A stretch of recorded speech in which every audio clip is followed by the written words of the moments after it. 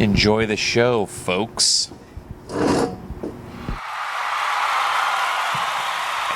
welcome to Overtime, brought to you by KingsCast at www.kingscast.net. I'm Keith Kordelik. And I'm Chris Kalazewski. You know, Chris, I don't like to use the terms stranglehold or utter domination very lightly. Yeah. But the Phoenix Coyotes are looking like St. Louis Blues light. That's right, Kingstons. We up 3-0. That's how we doing. That's right, Kings fans. We're back after Game 3 from the Staples Center right over there. Here to talk about Game 3, talk about the utter domination that took place. I'm sorry, I'm just going to friggin' say it. Talk about the power play, talk about Dwight King, talk about Jonathan Quick, and also give our breakdown of a typical Phoenix Coyotes fan. Here we go, episode 161. Let's get busy.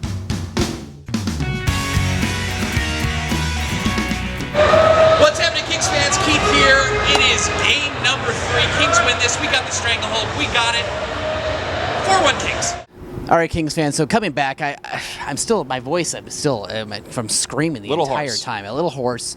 What a fantastic game. I mean, we talk about coming into Game 3, taking 2 again on the road. This is absolutely unprecedented. Coming back here, and I think the pressure definitely goes back onto the Kings. Yep. Coyotes obviously at this point have nothing to lose. Pressure all on them. And you start the game off, and before the game started, I felt like the Kings fans weren't exactly riled up as I would expect them to be. In defense of Los Angeles Kings fans, the game started at 6 p.m., so most of you were probably still getting out of work. Yeah. Totally understandable. It's business. It has to do with the NHL. It's not the Los Angeles Kings that are screwing you here, guys. It's about the greater good, and that's people watching this series, which probably isn't a lot of people. It's the Phoenix Coyotes. I mean, come on now. But yeah, coming into tonight, definitely the pressure on the Los Angeles Kings. And in the first period, it definitely looked like the Coyotes had something to say. You know what I mean? They were, here's the thing, Chris. They were definitely winning in shots, but I wasn't seeing a lot of scoring chances. I thought the Kings were definitely dominating that aspect of the game. Coyotes get that first goal. And, I said to Chris, as we were sitting in our section, I said, listen, if this is the Kings that have been playing all playoffs long, we'll get a goal in the next 2 minutes. Sure enough, what happens? Kopitar, breakaway, biscuit, in the basket. Yeah, that's right. I mean, definitely that first period, though, it was like it felt like a team that was a little bit on their heels. The Coyotes didn't have a bunch of scoring chances, but they definitely had a lot of energy. It definitely felt like they were playing, the game that you expect them to play, like they did during the regular season against the Kings. But, second period, definitely. And that's the big thing about this Kings team is that they are able to respond like that. And you said it, I was like, okay, yeah, that'd be great. But it was like 2 minutes, and Kopitar had that fantastic breakaway, clutch goal. It was like, like a shootout goal. He didn't really do much that year. He should have been doing that all year long. That shot is fantastic. But, we're seeing a lot in Mike Smith that, I think he's sort of, his gas tank is empty. Yeah, what was interesting is that, Mike Smith definitely faced more shots than Jonathan Quick in this series, obviously. But I've never seen a goaltender get run so many times. And, I'm not sure if that's because of the defensemen, that they're letting the shooters in. But, I mean, that guy is on his back, and Kings people are, flying into the net a lot. But let's talk about that second goal, Chris. The game winner, of course, by rookie Dwight King. Dwight King, a guy that, we talked about on all the Kings Bed podcasts, a guy that sort of came out of nowhere. And, I mean, a rookie with 3 game winners. He's got 5 goals in the playoffs. That's as many as Kopitar, I believe. Wow. I mean, if there was a Calder trophy for playoffs, I definitely think it would be Dwight King. I mean, this guy is stepping up. He runs away with it. We talked about this as the season was winding down, before the playoffs, about how maybe Nolan and King and Voynov were sort of liabilities. Guys hadn't been to the playoffs. Rookies, still hadn't really played much of that at all during the regular season. But Dwight King is playing like a guy who's going to be playing long term with the Kings. We're talking about a guy that maybe we joked about this during the game, but this guy could be hitting 20. Next season. Oh, he's dropping 20 next season. I mean, the guy's got a good mix of size and skill, and that's what we love to see, and it's just so fantastic to see this. But yeah, so King with another game winner. I mean, I'm still in shock. And talk about the pressure, the sustained pressure that the Kings have had for every game except for that one game we lost to Vancouver. And towards the end, they knew that they wanted to pull Mike Smith, and they just couldn't. I think the fourth line was rolling out there, Trevor Lewis doing his thing, and the Kings continue to just wear the opposition down. I mean, something that we have not seen pretty much, throughout the entire season. We're seeing it now in the playoffs. I mean, this Kings team has finally grown up. They've been growing up before our very eyes. It's like we both have kids. They grow up. This is what's happening to the Kings.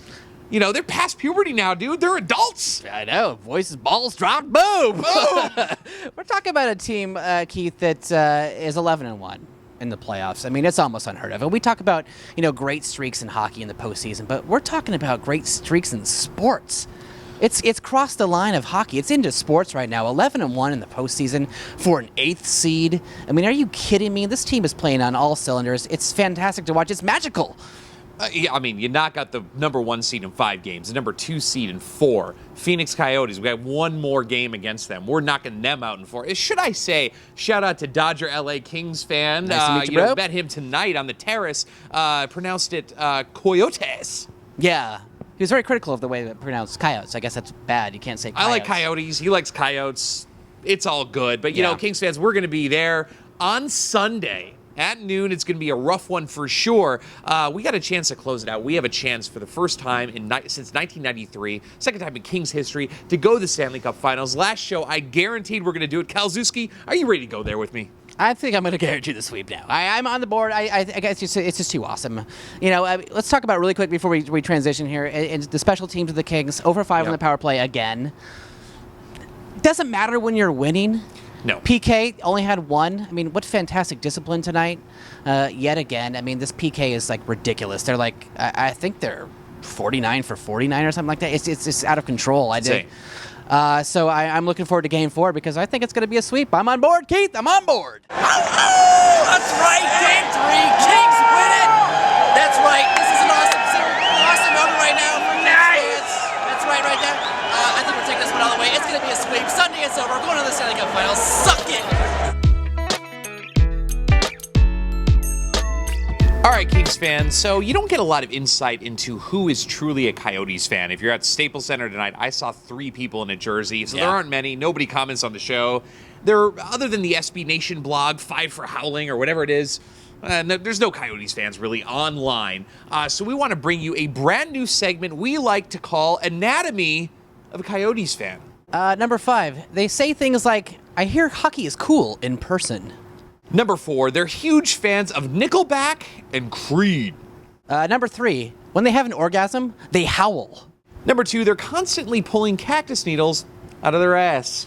And number 1, they boast that at least they have Biz Nasty.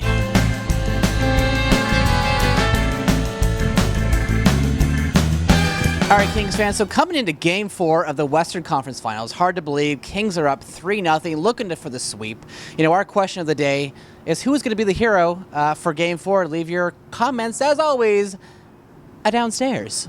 All right, Kings fans, we'll be right back at you on Sunday after that nooner game over at the Stape. Not really looking forward to that time frame. Looking forward to the game, however. Don't forget, you can always buy KingsCast swag like this beautiful shirt Kalzewski's wearing on the site. Click the store on kingscast.net or go to kingscast.spreadshirt.net. Don't forget, hit that subscribe button right up top to get the latest videos. The like button down below. You know who does? Allie Hazer does. That's right. What's up, girl? I'm Keith Kornelek. I'm Chris Kalzewski. Thanks for watching Overtime by KingsCast.